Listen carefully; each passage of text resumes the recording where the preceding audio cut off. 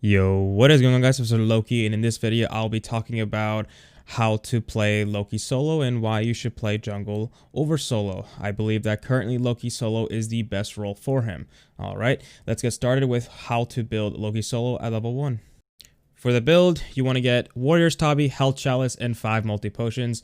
Not 3, make it 5. The extra sustain may save your life, and your first relic is going to be Shell. Make sure to buy all your items very quickly and immediately walk out of base. You want to get to the enemy side as fast as possible. Now in this situation, in this clip here, Hercules is already making his way to me. This is good. Get your decoy, throw it at him. As you can see, I'll get 1 Warrior's Blessing stacks. Loki is one of the few characters in this game, such as Sun Wukong, who can get 3 to 4 blessings thanks to his ranged poke. I will be throwing another decoy when he turns around. Another decoy, boom, another Warrior's Blessing stack. And in good situations, the average I get is around 3 blessings before the minions start to clash upon another. The best situation is maybe 4 or 5 if the enemy is really not, if the enemy appears really quickly. Now here I gave Hercules 1 stack, but this is fine. As you can tell right now, I have 3 stacks of Warrior's Blessing, and I'm even about to get a 4th one. So immediately before the game even starts, I get 4 stacks of Blessing, which means I only need 11 more to fully stack Warrior's Blessing. Now with this wave here coming up, right, assuming the warrior starting is blue, you want to auto attack the first 3 minions. Do not use your decoy. Watch the map as your jungler is rotating to blue. Start hitting the back camp, the back minions a little bit, and then throw your decoy. And your decoy should deal damage over time, and the minion should kill the remaining minions, giving you experience as you're traveling to Fenrir, giving you that sweet level 2 experience if you do it perfectly.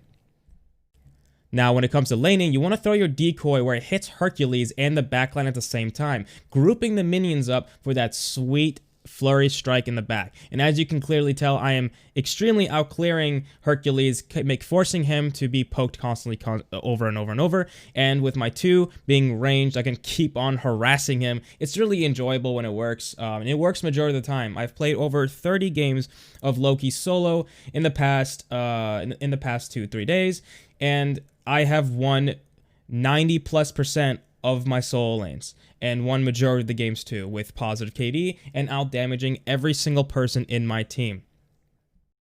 Let's look at another situation, a different game. The enemy is Cuckoo Lane. I go up ahead of the time and put a ward down. Seeing Cuckoo Lane walking down, immediately putting my 2 for that free Warrior's Blessing proc. Again, this is not like a one-time thing. You can keep doing this in every single game as long as the warrior starts at the blue. I mean, even it doesn't matter. As long as you see the warrior, you can throw the decoy at him and he cannot hit you. That Cuckoo Lane was trying to hide because he knew the blessing was the ward was there, but obviously I knew where he was, so I threw the decoy and did some damage. I know he's inside there. I throw another decoy, get another free stack, and then boom, 3 Warrior's Blessing stack to start off the match.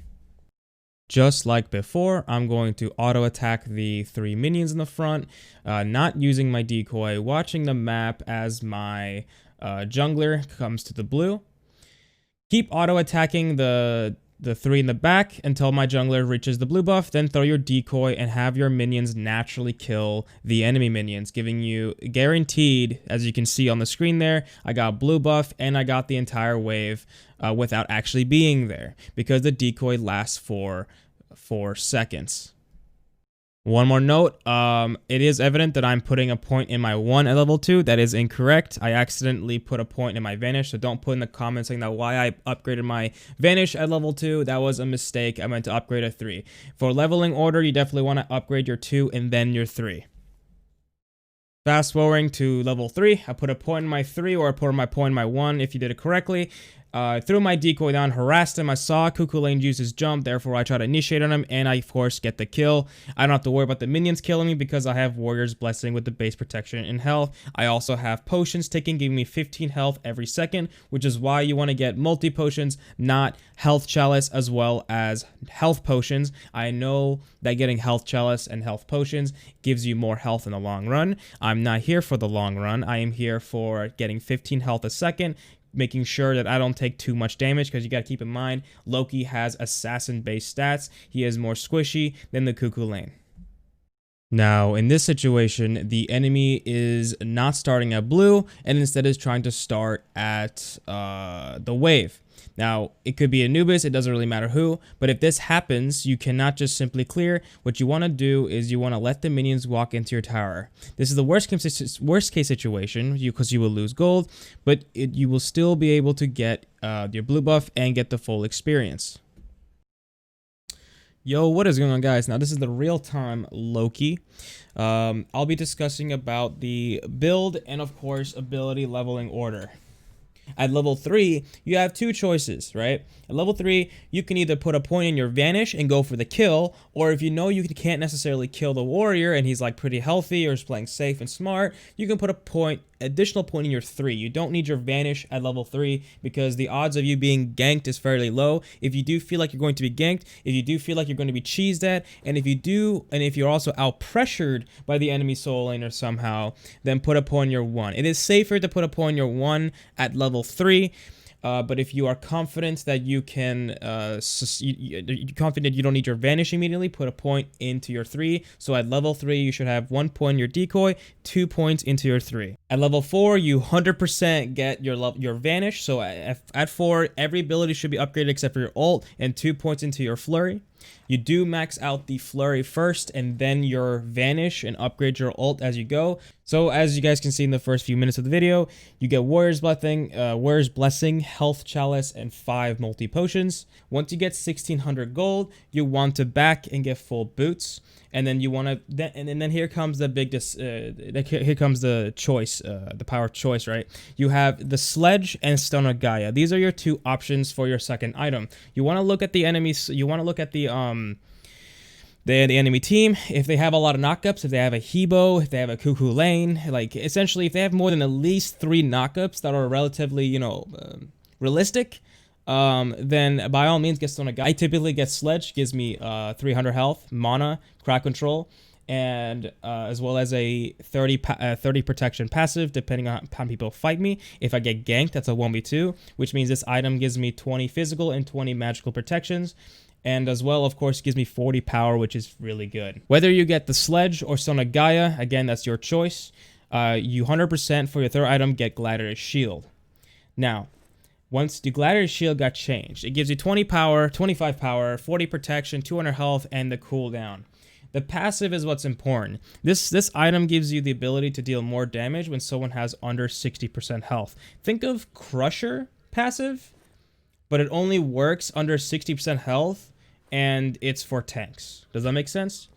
The fourth item you get is Pridwin. Now, I don't have to really explain why I get this. This is self-evident. If Loki is going to ult in, he's going to need some sort of shield or some sort of, something to keep him alive. Because if he's going to ult in a 1v3 or a 1v5, or not necessarily 1v5, but if he's going to ult into a group of enemies who have a bunch of abilities being spammed everywhere, getting Pridwin will immediately help you survive longer, as well as giving you more damage. This passive gives you damage as well, and slows too, something that Loki currently lacks, and as well as giving you 20% cooldown reduction, giving you total 30 or 40 with blue buff. Fifth item, you get Oni's Hunter's Garb. Now, I've been told by people like, why not get Oni's, or not Oni's, Genji's, and I said because I do not wish to overcap. With these 3 items alone, I have 30% cooldown reduction. You don't want to have this any higher. You don't want to overcap. So if you haven't realized, for every build except for hunters, so for assassins, for most assassins, ability-based assassins, mages, and warriors, and guardians, you want to keep a bare max of 30% cooldown, because with Power Potion, you get 10% cooldown. So with Potion of Power, you don't need 40% cooldown anymore, so just aim for 30%. And you will get 40% for the whole game because of blue buff. So again, this is 30% with Glad and Pridwin, but with blue buff, you'll have 40% cooldown, giving you max cooldown in just 4 items in.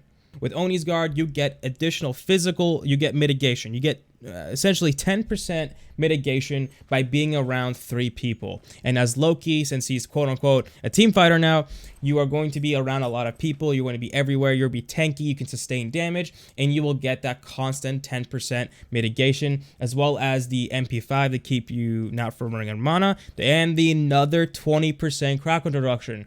With this, if you get Sledge early, you'll have a total of 40% crowd control reduction, which is great, reducing. I hope I'm not over capping. I'm not sure if there's a cap on crowd control. If there is, it's fine. It's not that big of a deal. But bottom line is, this item is really good. 10% mitigation, 100 health, defense, mana regen. You will not run out of mana, and you will be tanky. The next item you get is Void Shield. Of course, Void Shield is very good, and it's also very necessary for solo laners to get, so they can constantly reduce the backline's protection, allowing your own backline to deal more damage to them, as well as the tank. It's anyone. It's literally a Warrior's Bane applied to everyone, and which is absolutely great. It gives Loki the ability to kill squishies much faster, and yes, this build allows you to kill squishies. I can 1v1 hunters, I can 1v1 mages, I can 1v1 assassins, I can 1v1 any mage and squishy in this game. It felt so great that I can just 1v1 at Tsukuyomi, because you have no idea how much I want to do that. If I built pure damage Loki, he would kill me faster before my 3 finishes.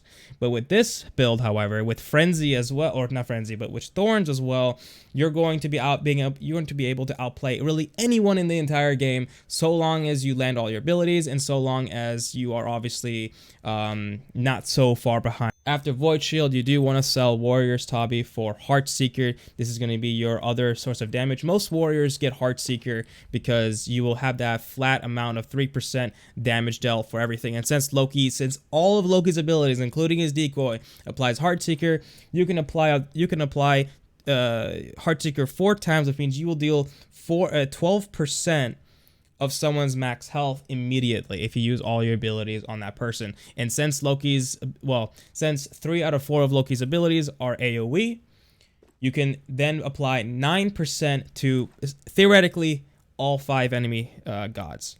I forgot to mention the reasoning behind Shell. Shell will allow you to counterplay your opponents.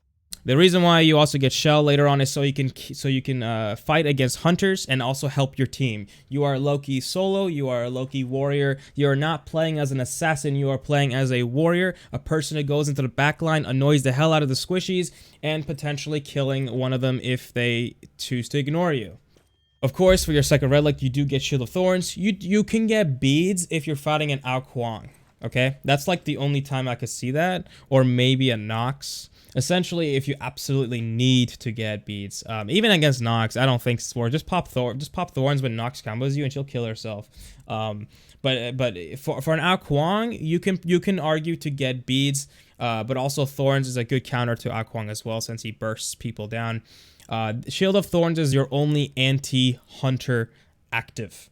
You do get Upgrade Shell, but Upgrade Shell is more about not taking damage. Thorns is about it's more offensive.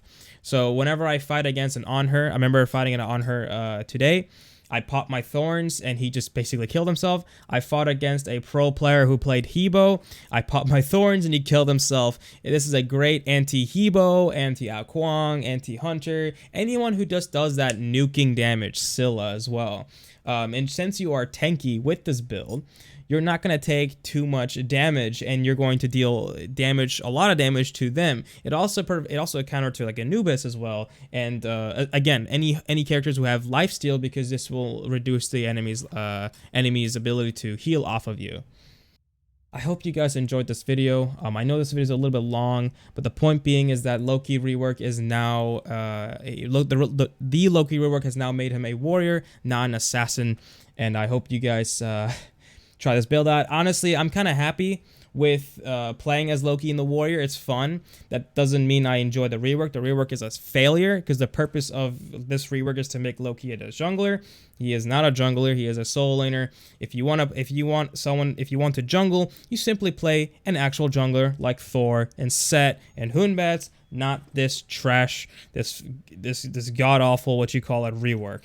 Anyway, hope you guys all enjoyed, and I'm going to see you guys all Loki and Alec players next time. Oh, and leave your comments down below. Peace.